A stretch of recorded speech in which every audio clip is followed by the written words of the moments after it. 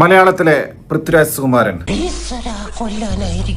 പൃഥ്വിരാജിന്റെ ഒരു കരിയർ നോക്കുന്ന സമയത്ത് വിറ്റാണ് ആള് ഭയങ്കര വിറ്റാണ്. ഇതൊന്നും അല്ല, ഇനിയിപ്പോ കണ്ടോ നിങ്ങൾ ഇവിടെ താമസിക്കുമ്പോ ചിരിച്ചിരിച്ച് ചാവും. ഇദ്ദേഹം പല ഇന്റർവ്യൂസിലും ഒന്ന് പറയുന്നുണ്ട്, ഞാൻ പിന്നെ പ്രത്യേകിച്ച് ഇവിടെയുള്ള മറ്റുള്ളവരെ പോലെയല്ല. ഇദ്ദേഹത്തിന് ലോകേഷിന്റെ പടത്തിലെ കഥ അറിയാം, പ്രശാന്ത് നീലിന്റെ പടത്തിലെ കഥ അറിയാം, കേൾക്കാൻ നല്ല രസമുണ്ട്, നെൽസന്റെ പടത്തിലെ കഥ അറിയാം,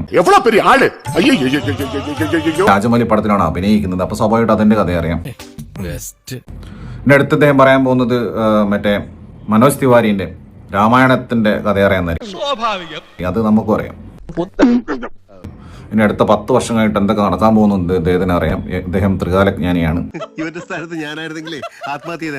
അന്യഭാഷ ചിത്രത്തിൽ പോയിട്ട് ഇതുപോലത്തെ ഒന്നിനും കൊള്ളാത്ത നെപ്പോ കിഡ്സിന്റെ പടത്തിലേക്ക് പോയിട്ട് തലവെച്ചിട്ട് അവരുടെ അടി കൂടുക, ഇവന്റെ ബലഹീനത മനസ്സിലാക്കില്ലല്ലോ, അവിടെ പോയി നാടകം കളിക്കുക.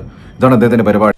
ഒന്നും മിണ്ടാണ്ടിരിക്കുന്ന പ്രേമദാസൻ പണ്ടാറക്കാല എന്നാണ് ഞാൻ ഉദ്ദേശിച്ചത്. സർസമീൻ ആരും അറിയാതെ ഒട്ടിട്ടിൽ അങ്ങ് പൊട്ടിച്ച് പോകാന്ന് വിചാരിച്ചാണ്. പക്ഷേ എല്ലാവരും ഇതൊരു പറകുണ്ടായി മാറി കഴിഞ്ഞിട്ട് വല്ല തൊഴിലുറപ്പ് പണിക്ക് പൊക്കൂടാ. അപ്പൊ ഞാൻ പോട്ടെ, എന്റെ കാര്യം കൂടെ ഒന്ന് പറയടാ. ഈ പാവത്തിന് ഒന്ന് അഡ്ജസ്റ്റ് കൊടുത്തേക്ക്.